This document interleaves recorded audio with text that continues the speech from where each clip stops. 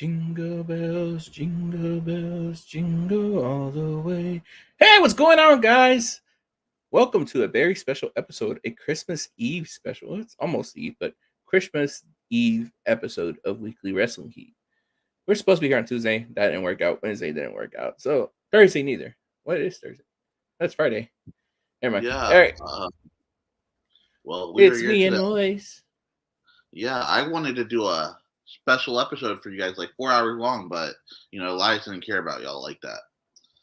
No, he wanted to do a 12-hour episode, which I was gonna just let him do it by himself. But yeah, before we dive into this, Elias, because this has really been bothering me because a superstar made their debut on AEW this week, quote unquote.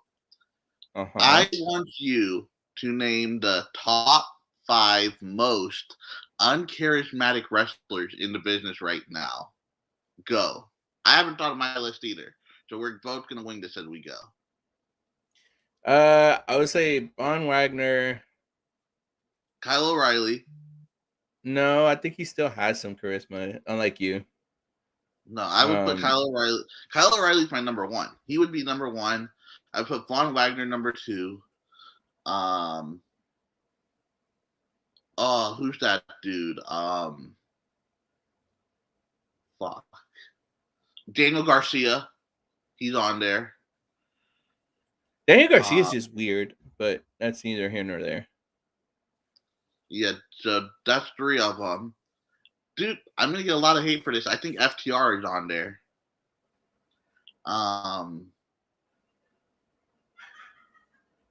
I don't know. FTR sometimes it's hit and miss with FTR, in my opinion. But when they're bad, they're boring bad, bro. I can agree to a certain extent, but like I said, it's hit and miss. So it's not like, it's not like it's bad. I guess that's the best way to put it. Oh, let me give you my example. So remember when the Young Bucks or now when Penta and Phoenix are champions, when they do like a little jobber match against 2.0 or the hybrid, you at least get some cool spots, But with FTR, it's kind of like, why am I watching this? This needs to be on Rampage.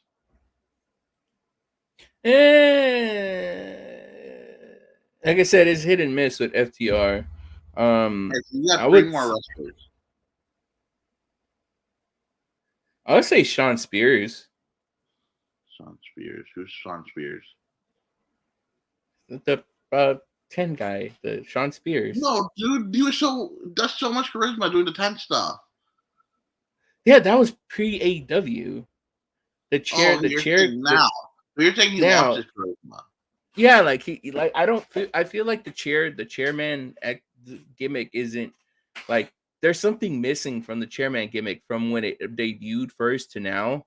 I think that it could be like when it first debuted, I loved it because of the fact that it was a point to his stuff. Now it's just like, well, you're just gonna hit somebody with a chair. Like, you're like the comedy act for Wardlow. Oh, we can't forget Tegan Knox. She's got to be out there. Dude, I read this thing where it was like Tegan Knox made a list, and I'm like, man, I bet you people made the opposite of a list, and your name was on there. Tegan Knox is not bad in ring. She's just injury prone. In ring is not charisma. I don't know. I like her in ring style, but like I said, you're different. Daniel Garcia is good in the ring. So is Kyle O'Reilly, but they still have no charisma. What do you think? What did you think about the debut? What did you think about the segment itself? You know what I thought. I thought it was stupid. No, but let our viewers know. Let our Kyle O'Reilly. So earlier in the day, we're in our group, and I'm like, yo, Tony Khan did a big debut announcement. And Elias is over here thinking it's Bray Wyatt.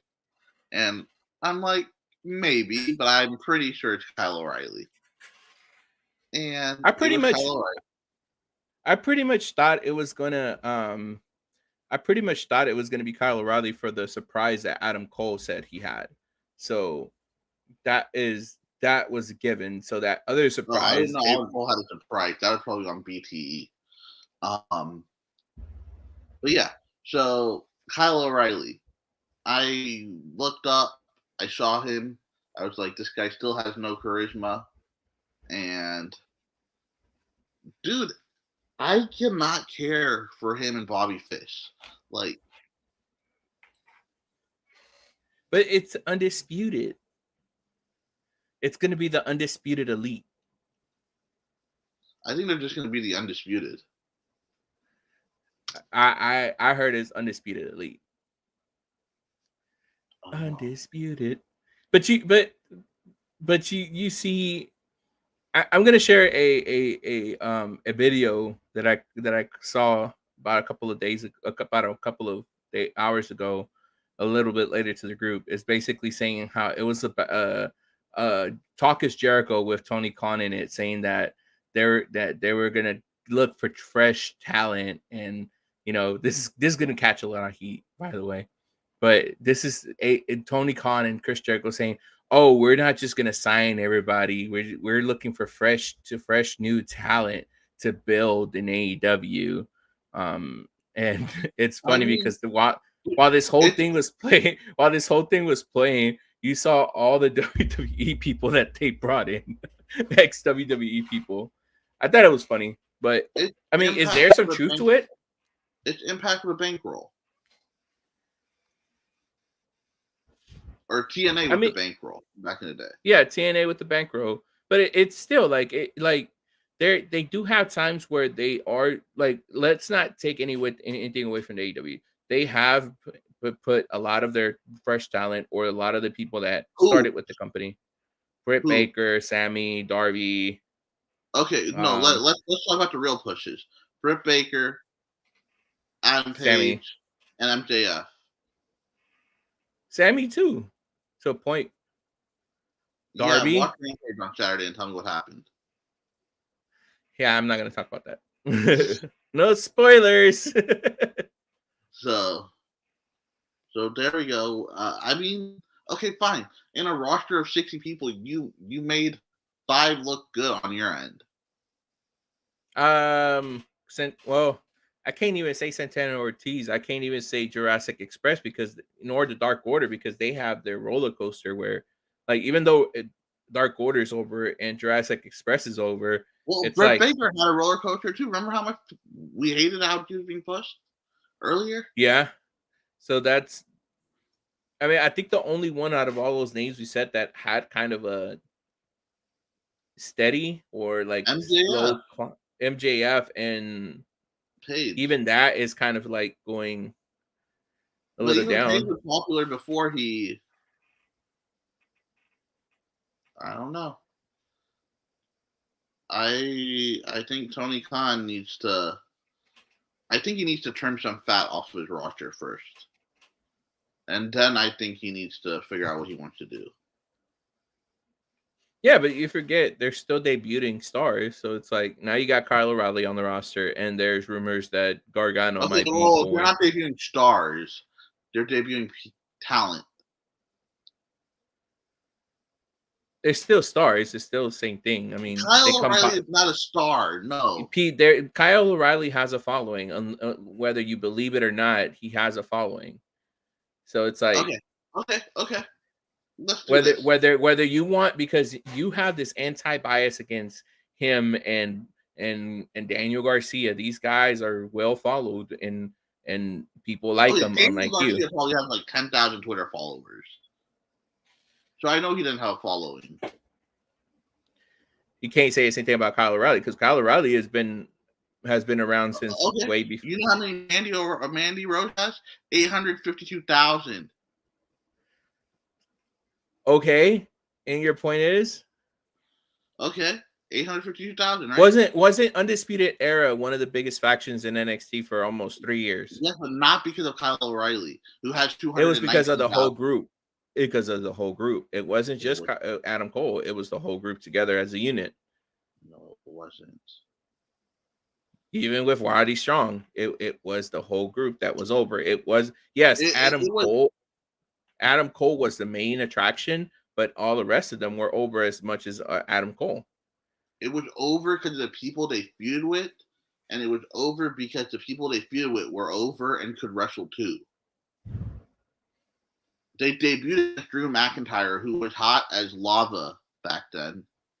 They then went on to Pete Dunne and Matt Riddle, who were the hottest act in NXT at that time. Then they did the War Games match 3 years in a Then row. they did the Ricochet, Aleister Black for Adam Cole. Both of those talents hot as hell. Johnny Gargano, the War Games match. Everything they did was in a hot spot. And what I will say is when Adam Cole and Kyle O'Reilly turned on one another, that's when everyone was like, we don't care anymore because one guy's got personality, but the other one doesn't. It takes No, two to people tango. turned on that was because they didn't want Undisputed Era broken up. It wasn't because of the fact that Kyle O'Reilly and Adam Cole were two different personalities.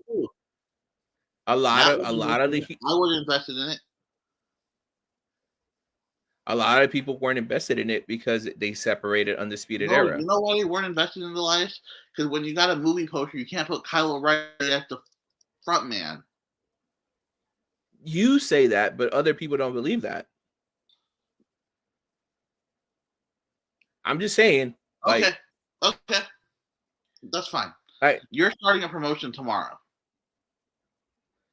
Kyle O'Reilly's your first guy you signed? I would make something around him. His run in Ring of Honor was good too. Well, I will also say this because he also had opponents like Adam Cole, Jay Lethal, and all them making him look good. That's what I'm saying. It's the opponents make him.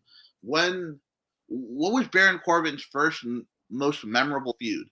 Austin Aries. Exactly.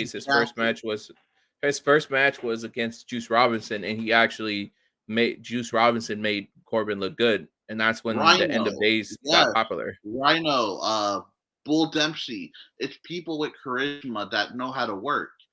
That's what I'm saying. Kyle O'Reilly, cool. You can work. You can have a match with a broom, and Elias will buy it on pay-per-view. That's cool. But you cannot be the front man of. If I'm making a movie, Kyle O'Reilly, you are not the front man of it. Maybe you're the fifth lead. But so you mean to tell me that? So you mean to tell me that the matches he had against Adam Cole weren't good?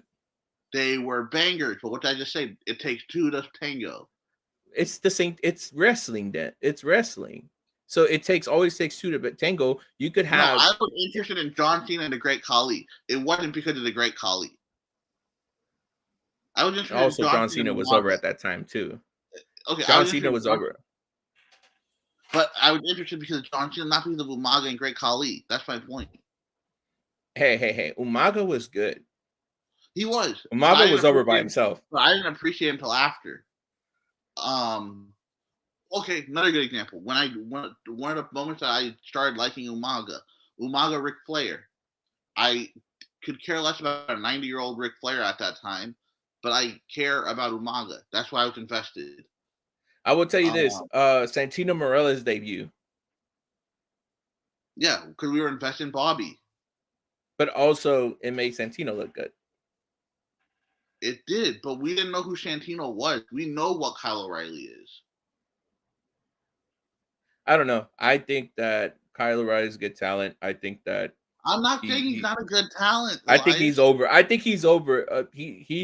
He's a tweener. I'll put it like that. He's over with some. He's not over with some. Is that a fair assessment? It's December 24th. I bet you by February 1st, most of his matches are on Rampage or Dark Elevation. I wouldn't be surprised, or unless they make this build last until Kenny Omega comes back. But there's no Kenny Omega. If they are going to do the Elite versus the Undisputed Era, they need Kenny Omega. But there's Adam Cole and he's still doing the same thing. Yeah, but is it or here's my question. Or is Adam Cole going to turn on O'Reilly and Bobby Fish and finish what he started at NXT? No, because neither of those two guys can talk, so they need a talker. Elias, by the end of February, I want you to remember everything you said tonight, because when Wheeler Yuta and Kyle O'Reilly are headlining a Rampage, I want you to be the first one to put it on DVR. It's gonna happen already. They were feuding against. They're still feuding against the Best Friends, and they're going to be on. It's a trios match next week. Okay, that's fine. Elias, I will give you our TikTok login, and you can break down that whole Wheeler Yuta and Kyle O'Reilly match. You're probably gonna watch it 50 times, right? Because it's gonna happen. I don't know why you're trying to predict something that we already know it's gonna happen. No, They're already feuding with the Best Friend. They're feuding with the Best Friends right now. So you're gonna see either Kyle O'Reilly or Bobby Fish against Wheeler Yuta. You're gonna see them. You're gonna see Bobby Fish or Kyle O'Reilly against Chuck Taylor or My point is, you're not going to see it on the main show. You're going to see it on either Rampage, Dark, or Dark Elevation. But that goes to show how shitty booking AEW is then. So or how they don't sign Kyle O'Reilly. If you're going to do this, ask Tony Khan that. Why don't you ask Tony Khan that? You're defending it, not Tony. I'm just saying that the signing was made by Tony. Like I called it in advance. I already knew it was going to happen. Once Adam Cole said, "I got a surprise for y'all next week," I already knew that Kyle O'Reilly was out of his contract. Where was he going to go? Do you think he was going to go back to Impact? Fine. Why are you excited about this? I wasn't excited about it. I was just like, I even make the joke in the chat saying, "Huh, this looks familiar." Yeah, I know. That's why I thought you were on my side, but you backstabbed me. No, I just said it was. I saw it coming a mile away. Like all the shit that Tony Khan talks about. No one's saying they didn't see this coming. You're not a wrestling fan if you didn't see this coming. But I mean, no. Hold on. Time out, because you want to know something funny? I was on Twitter watching Dynamite, and when Kyle O'Reilly debuted, my whole fucking Twitter, even the freaking dirt sheet writers were, "Oh my god, it's Kyle O'Reilly." I'm like, y'all didn't see this coming? No, they did, but they gotta make it seem like they don't watch NXT, but they watch AEW. That's the stupidest shit I've ever heard. Thank God we're not monetized because we Dude, I'm telling you that this Kyle O'Reilly signing is stupid. You can defend it all you want, but it's stupid to a certain extent, but people want to see it. If you saw the pop that the group got, you heard the fucking pop. You heard everybody saying undisputed, yelling undisputed. Anyone in AEW will get a pop, Elias. Fucking Jack Gowen can debut tomorrow and he'll get a pop. It's something that they want. It's something that Tony's going to give them. You know who got a pop on AEW Dark? Colin Delaney. It tells you what the fans like. That's the mindset of an AEW fan. Oh, tell me I'm wrong. You know why I'm more irritated? You watched last week's Dark? No, I didn't. I'm gonna be honest with you. I didn't watch Dark. Did you had a match against Andrade?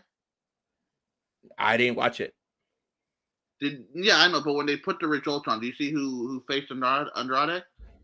No, I didn't. Hold on, let me pull it up. It was Cone. Who? Shane Taylor's tag team partner in a 6-man, Mr. ROH. Oh. Okay. Now, I am 50 times more excited to see that guy than I am to see Kyle O'Reilly, and I hate ROH, right? According to you? You're anti-ROH for some reason. But why am I more excited to see Cone than I am to see Kyle O'Reilly? Because Cone has more charisma than Kyle O'Reilly. Because you like him better than he does. Personality. You know what Kyle O'Reilly is? When he spikes his hair up, he's that kid you wouldn't give a lighter to. Just like our boy says on Wrestling Inc. I just think you got something against Kyle O'Reilly. He is not bad. I'm not saying he's not bad, Elias. He has great matches. And what's the problem? Chris Delgadillo has more charisma than this dude.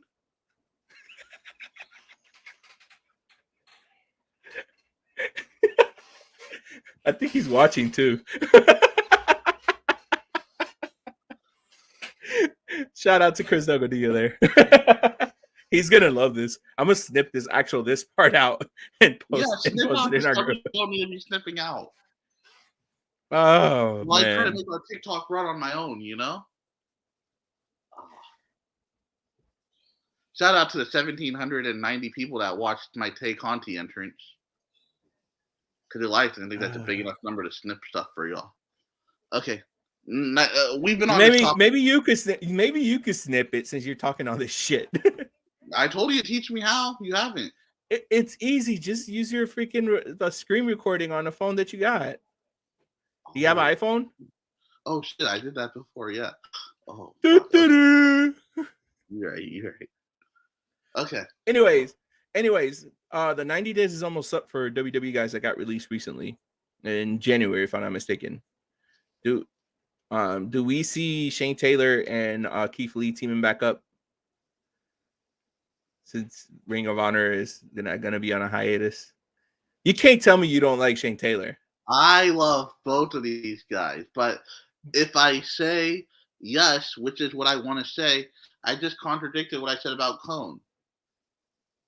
Yeah, but do you want to see him outside of AEW? I don't want to see him in the AEW ring. I want to see Cone, Shane Taylor, Keith Lee, the other two guys that are tag team partners. I want to see all of them, and I want Shane Taylor Promotions running wild, but not just on like Impact. Like I want him to be everywhere.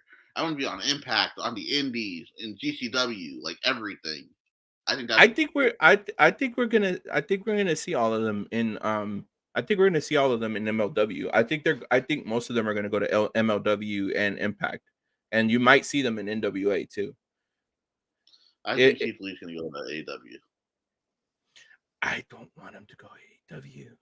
I understand, me either. But you know what? You know why it would be okay if Keith Lee debuted? Because one, he has charisma, and two, they don't have many guys like him. Like Brian Cage is the one example, but yeah, but Brian Cage is in limbo right now. They don't know what the hell they're doing. I'm reading there's way more to that story than we know. Yeah, I'm reading that too, and that's where it's kind of like. So I can't defend a dude until we figure out until they announce what really happened. But like I think it Keith, and don't compare him to Lance Archer. That guy fell on his head. That's on him.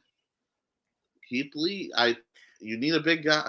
I would love Keith Lee and Wardlow.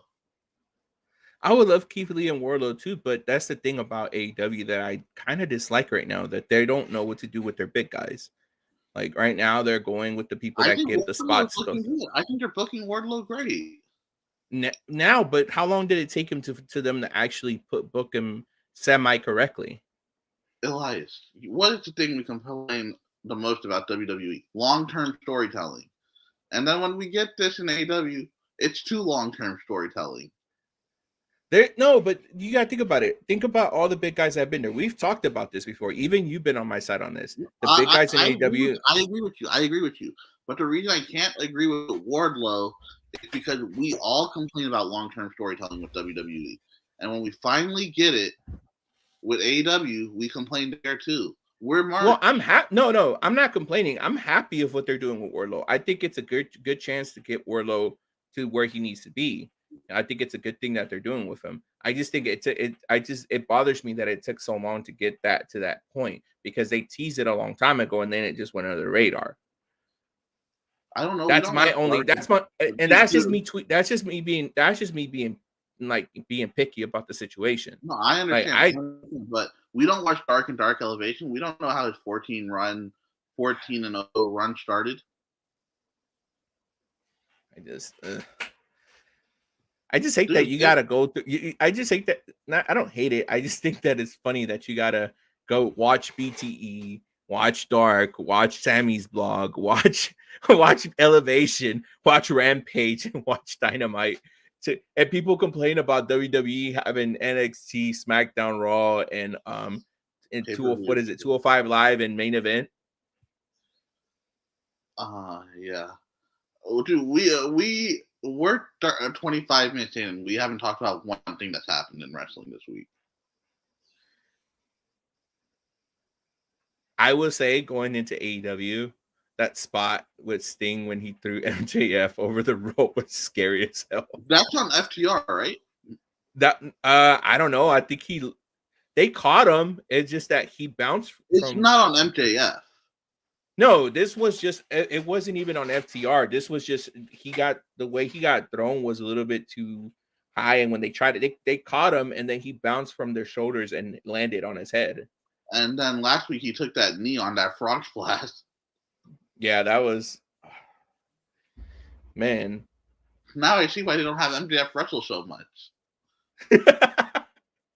No, but I mean the match overall, like going into the match, I thought that the little tribute that they did to old Sting, to the historic meaning of Sting being in that match, was pretty cool. The CM Punk going out with the old paint, same thing with Darby going out with the old purple paint that they had. I thought it was pretty cool. I thought that Sting wearing the CM Punk logo on his head, it meant a lot for both of them. Blah blah blah. But I thought the match was entertaining. It wasn't bad, minus a couple of spots like the MJS spot and a couple of other little minor things. But I thought for what it was, I thought it was good. It was good for what it was. Yes, I agree. And then we got the announcement that Hangman and Daniel Bryan's happening again on TBS. Everyone in our group chat was crying about this, and I was like, guys, this is very obvious that they were going to do this for TBS. I don't think it was the fact that it was going to be done at TBS. I just thought that I think the whole thing about it being another 60-minute match with adding the judges was kind of like, all right, you're going to try to do the same thing over. No, it's not going to go 60 minutes. You think so? I think it's going to go 59. You think we're going to get a definite winner? Yes, I think Hangman's going to win. You can't have someone lose a title because 4 old men said so, or 3 old men said so.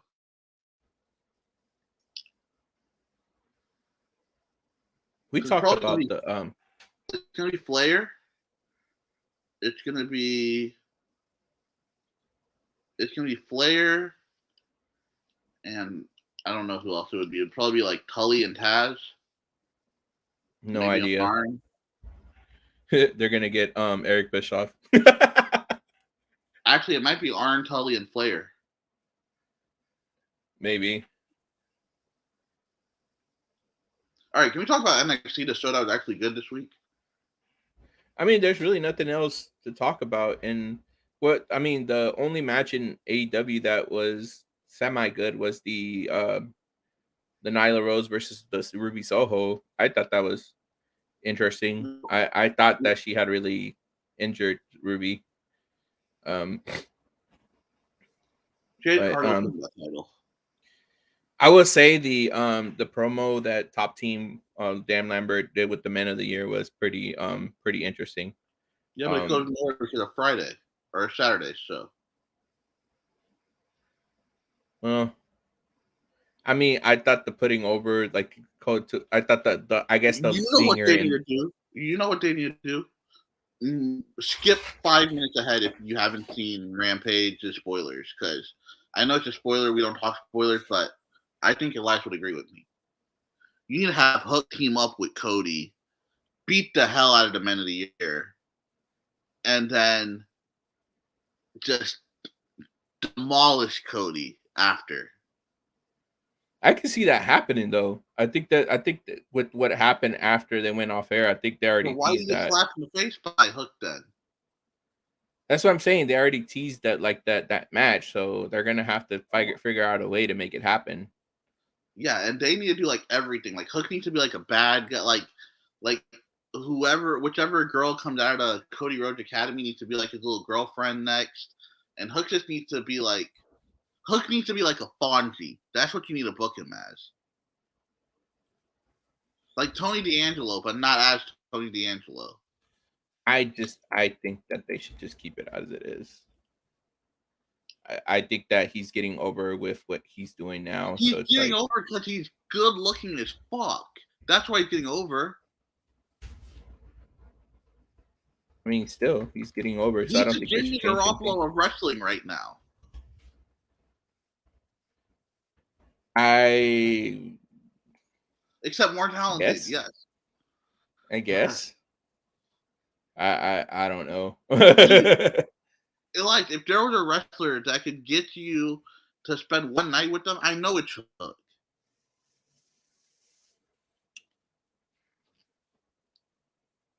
It's okay. I would do the same thing. No, it wouldn't be Hook. Hook's a good-looking kid. Good for him. I hope he's old enough for me to say all this about him. But Low key, he's 16.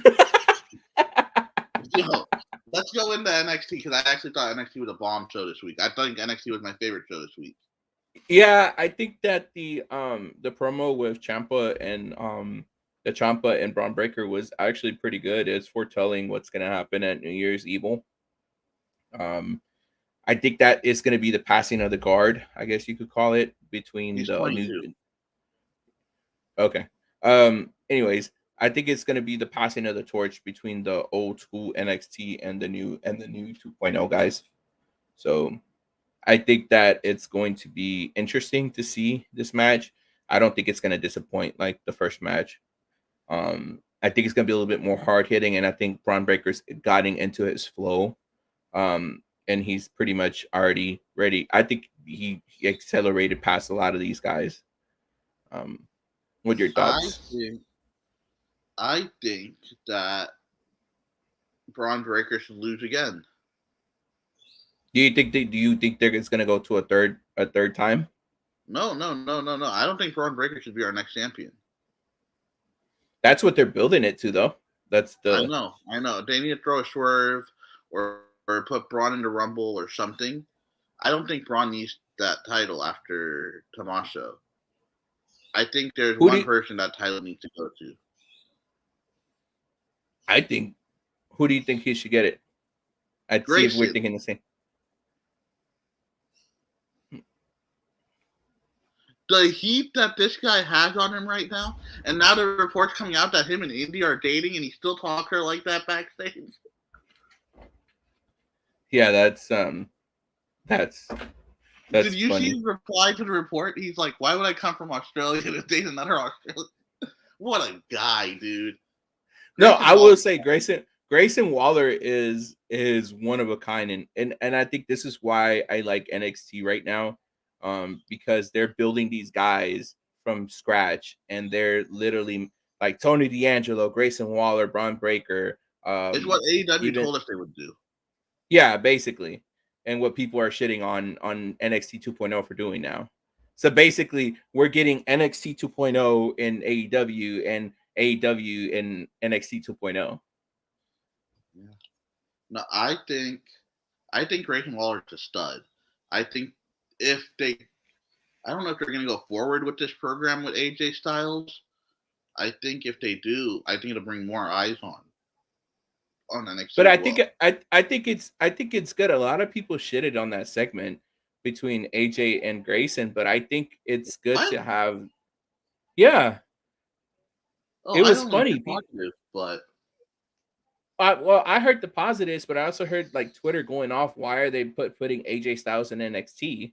I'm like, but these are same people who complain that said if you're not doing anything on the main roster, you need to come down to AEW. Wrestling fans. It goes back to the tribalism that is going on. And by the way, speaking of that, remember last week that we talked about how, and I think this became a big subject of conversation between our group, saying that AEW, that WWE people were like, were questioning the contracts in AEW, like if like how the Jaguars head coach got fired with no pay. People were talking about that. So Sean Sapp Ross came out and said that all that stuff that Andrew Saharian had mentioned on his post that became kind of a big deal was actually false, that people weren't really like talking about it, that it was more of the that the stars really don't care, like WWE stars don't care, but that the AEW is the part of the wrestling community that's like the fans and some of the wrestlers are part of that tribalism thing that's going on with the community right now. I mean, yes, but then there's also reports like I don't think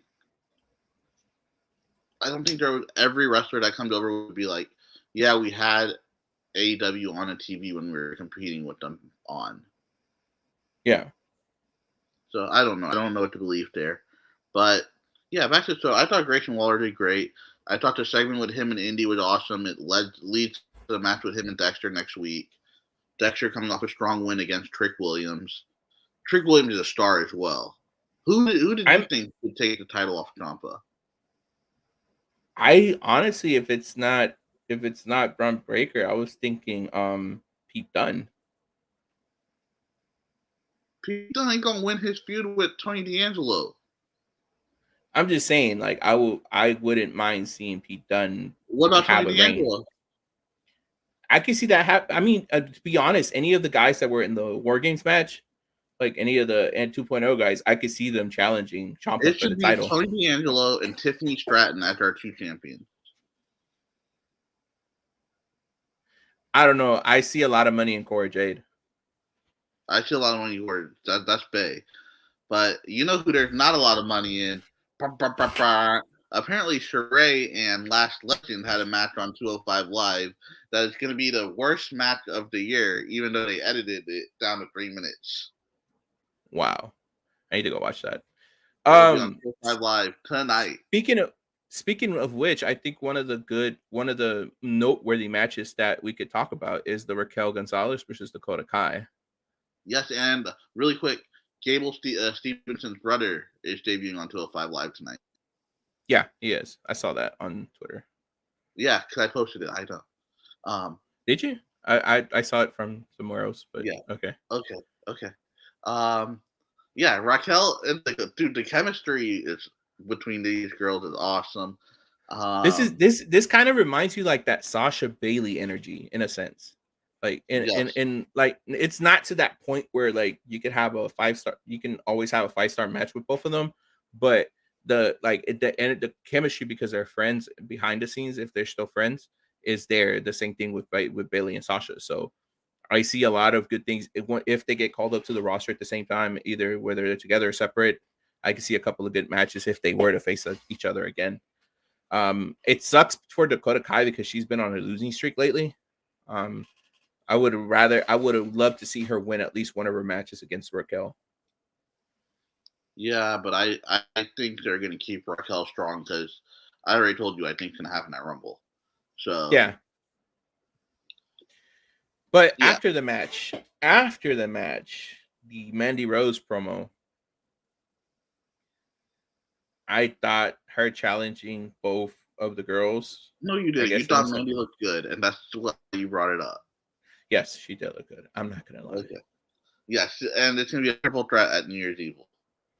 Yeah, I think it's gonna be cool to see that happening.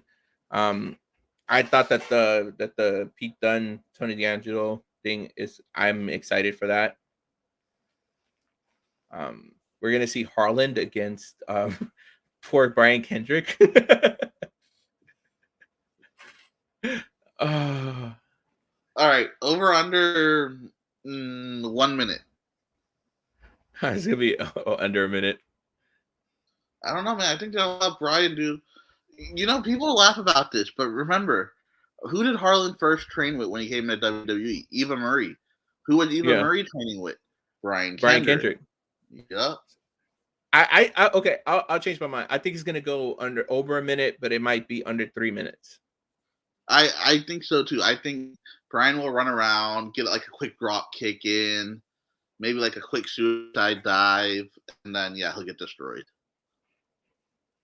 I don't know what they're doing with Jacket Time, but I'm slowly liking this new little thing that they got going on with them. Okay, so let me tell you why you're liking Jacket Time. Because they were defended by your boy Brooks and Dunn, who just went to the festival. I finally saw that. I finally saw them and actually paid attention to them. I was like, hey, that's Brooks and Dunn. They went to the carnival with Casey and Caden. Okay, this is some long-term storytelling here. They went to the carnival with Casey and Caden. You got to remember this, okay? The music festival.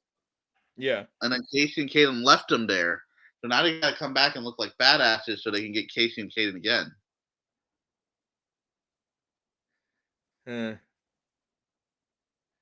I'm still not bought for on Von Wagner. I'm still not Okay, like. okay. Let's do this. All right, I'm gonna give you 5 wrestlers, and I want you to put them in order by you're starting a company to one you're most likely to sign to least likely to sign, but you got to sign all 5 of them.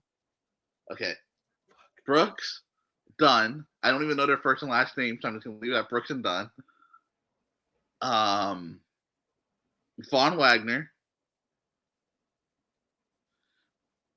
Daniel Garcia, or I'm trying to think of like a very absurd 5th one. Or okay, just do those 4. I would sign Daniel Garcia just off of athletic ability first, Brooks and Dunn, and then Von Wagner.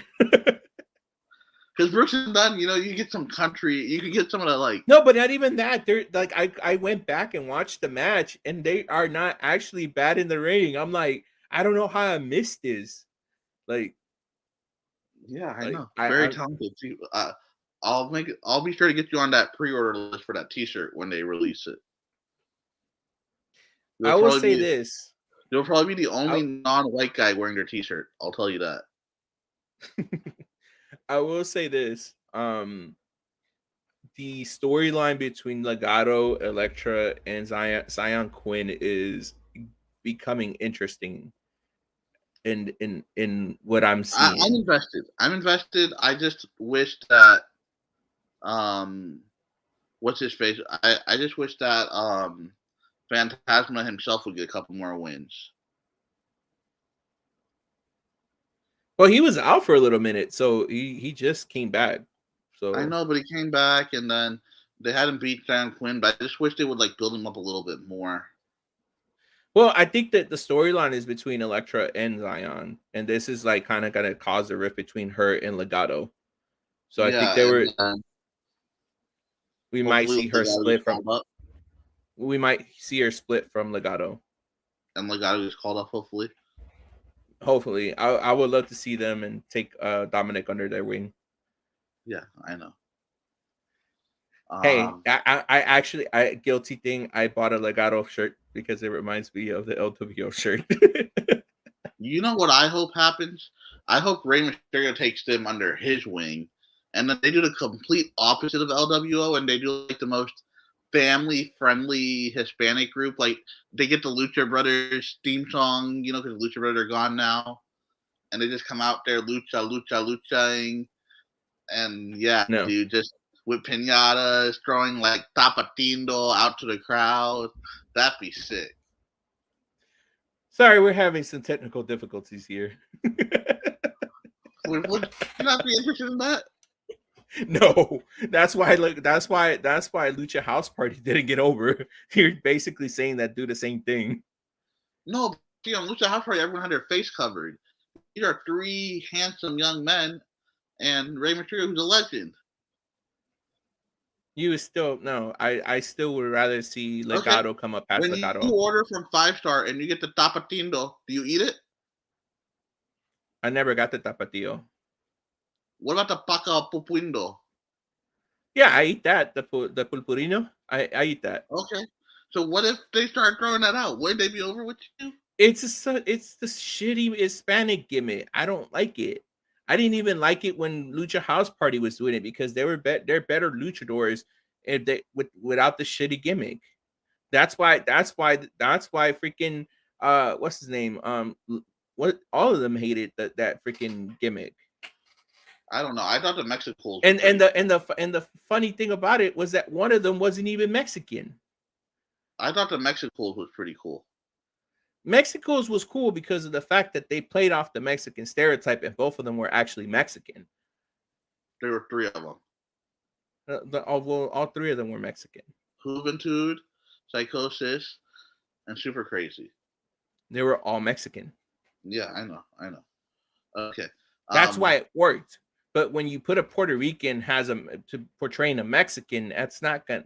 I'm sorry, it's the Latino in me. I'm sorry, it's the Mexican in me. That who doesn't go wins the winner take all match, Roddy or Carmelo? That's a good question. I don't know. And they I would. already said this is turning into one title now. I know they're unifying both titles. I Which I'm would kind of like sad to see about. Roddy and Diamond Mine continue on their winning ways. Dude, if you're gonna debut a brand new title, you have to have a little more charisma than Roddy Strong. Yeah, but Roddy Strong has what's his name? Has his mouthpiece. Yeah, but Carmelo's got trick. And when Carmelo shoot, he don't miss. Yeah, but I don't know. If I were to unify title, I would like to see me personally, I would love to see Roddy be the first unified champion. But I could see Carmelo pulling out the W. Either way, it's going to be interference from both Diamond Mine and Trick Williams.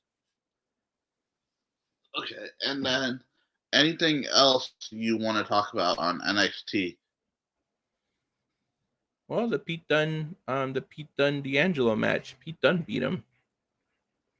It's gonna continue, and I know that, but still, like it's. Oh, you were pissed off.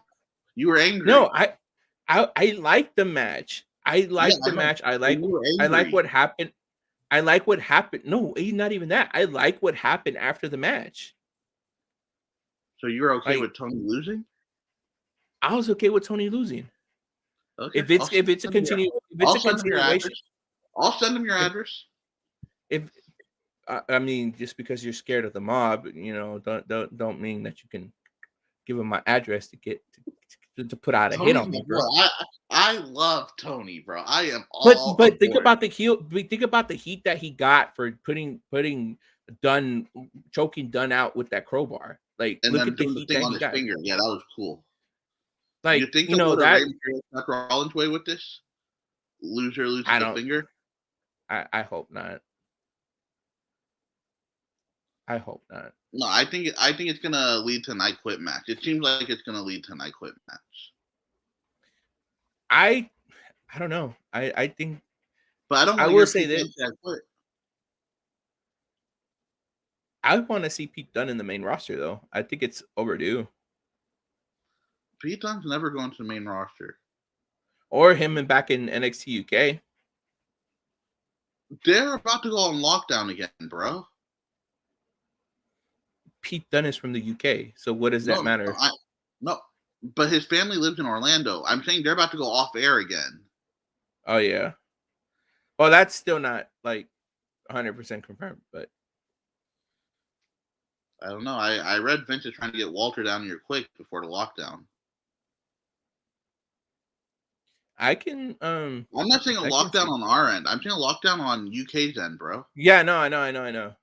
Yeah. I don't know. We're America, bro. I'm gonna say we're gonna ride through. Hard to Kill coming up in January. I'm going, bro. Yes, you are. Yeah. I want to see what you think about that, about the Gresham versus Chris Sabin match. Oh yeah, dude. So that match will be when I am at the concession stand or I'm getting my merch from the event. Because I'm watching that, right? I'm gonna be watching that on pay-per-view, right? Yeah, I know. So if I see you sitting down, I'm gonna take a screenshot of you sitting down, since you said you were gonna be ringside. If I see you sitting down, I am row E, left of the stage, so 5 rows behind stage. So if I see you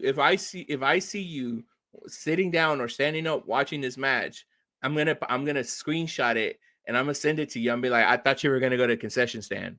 Unless I got the food in my hand. We'll see. Yeah, we'll see. Because I think you low key like Jonathan Gresham. You just don't like that he comes from Ring of Honor. All right, dude. I'm about to lose all credibility. I've never watched a Jonathan Gresham match in my life.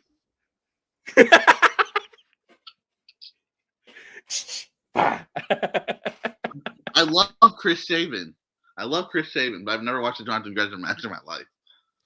I would recommend you to watch it. Like, no, real shit. Like, I Okay, would tell me recommend who to for you to watch. watch Tell it. me who to watch Jonathan Gresham face. The one where he lost No. the Tell me your favorite like the one match I will watch and I'll be like, damn, okay, Jonathan Gresham versus Josh Woods for the pure title.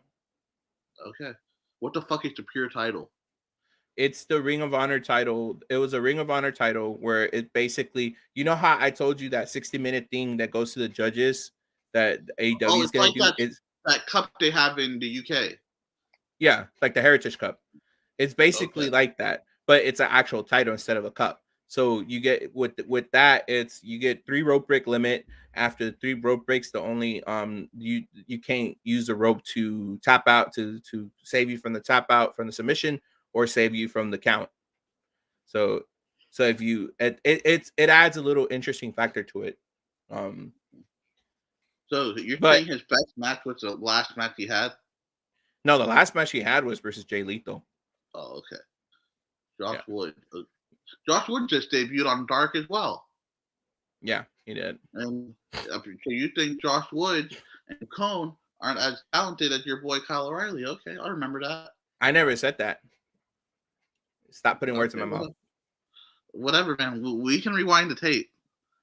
We can rewind the tape where I was like, yo, I'm really upset these ROH guys.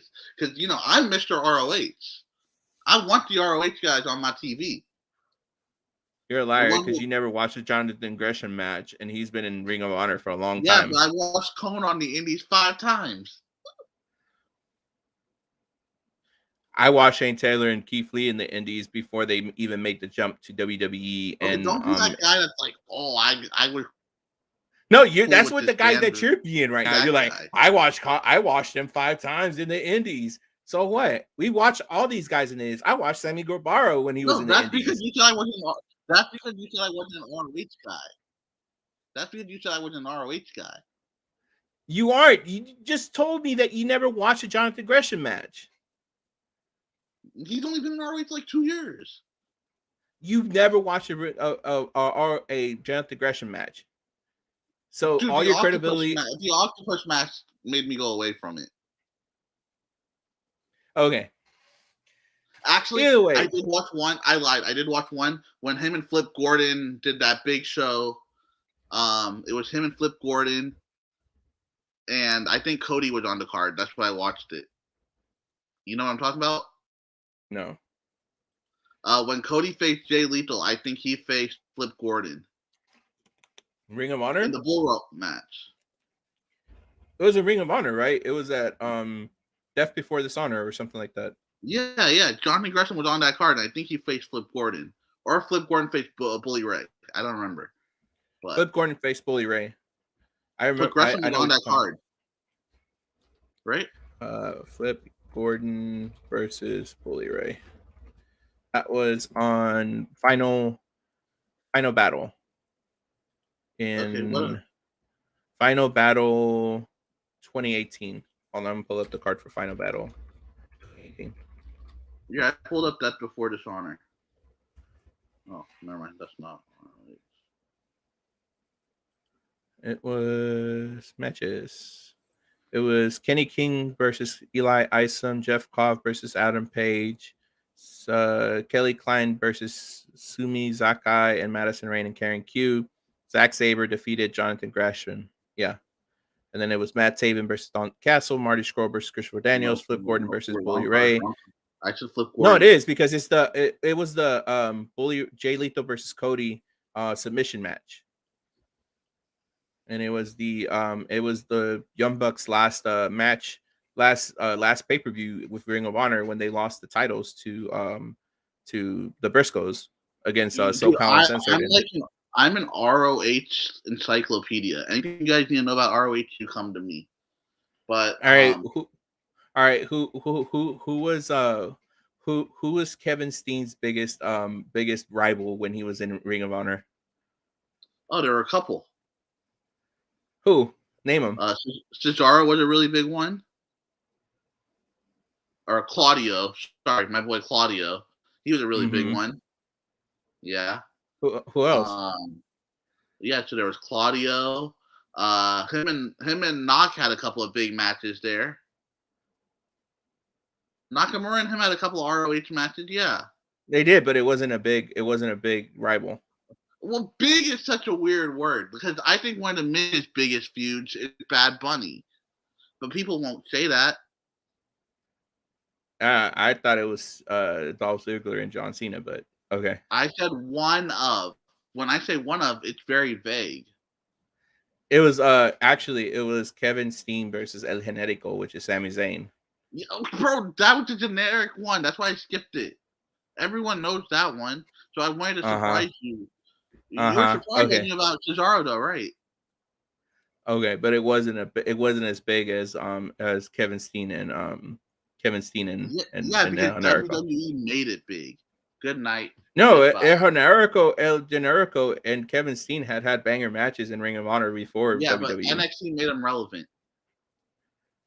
How do you think they? Okay, whatever. Anyways, Hard to Kill coming on next month at Dallas. Or is it Dallas? I'm very excited for Jonah and Josh Alexander. Like, that's the match that I am. Yes.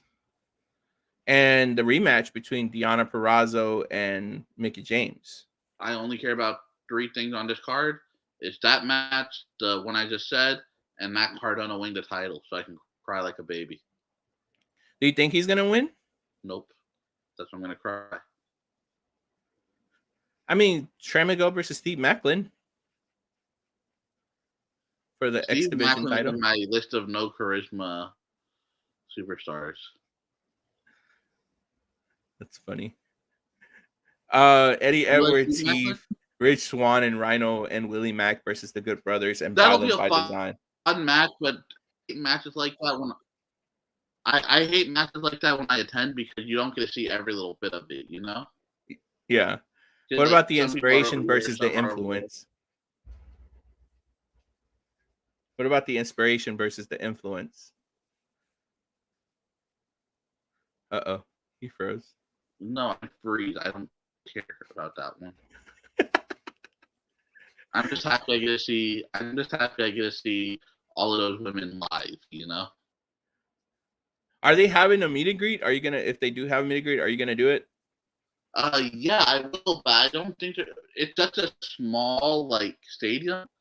I don't think they're gonna have a meet and greet. I think they'll just do if you get there early, you get photos or whatever. Yeah. And then they're taking Impact the next day, but I don't know. Football is gonna be in the prime time right then, so I don't know if I'm gonna go to that. Yeah, you won't, Matt. You won't watch it. Yeah, well, because yeah. So Hard to Kill. That's the plan. All right, ladies and gentlemen, that's it for today's show. I appreciate everybody for joining in. Merry Christmas, by the way, or happy holidays, whatever you decide to do. Merry Christmas, happy holidays. Next week we will not be back with another episode. We're gonna take New Year's week off. Why? I mean, we'll be back next. There's a holiday bash, bro. Oh yeah, I forgot about that. All right, we'll be back next week with another episode talking about holiday bash day 2. Honestly, we probably won't. More than likely we won't. But if not, Happy New Year to everybody. We'll let y'all know if we come back next week with another episode. Yeah, it's up. And now I'm not a clip stuff, so I'll run our TikTok page because Elias doesn't like views. But you know, you never sent me the login, sir. You can still send me the video and I can pop it up. All right, ladies and gentlemen, thank you for joining. Merry Christmas. As always, follow our social media pages, Weekly Wrestling Heat on Facebook, Weekly Wrestling Heat on Instagram, Weekly Wrestling Heat TV on Twitch, which we're live on right now. As always, be safe, have fun, stay safe. Peace. I said stay safe. Goodbye. I said stay safe twice. Bye, y'all.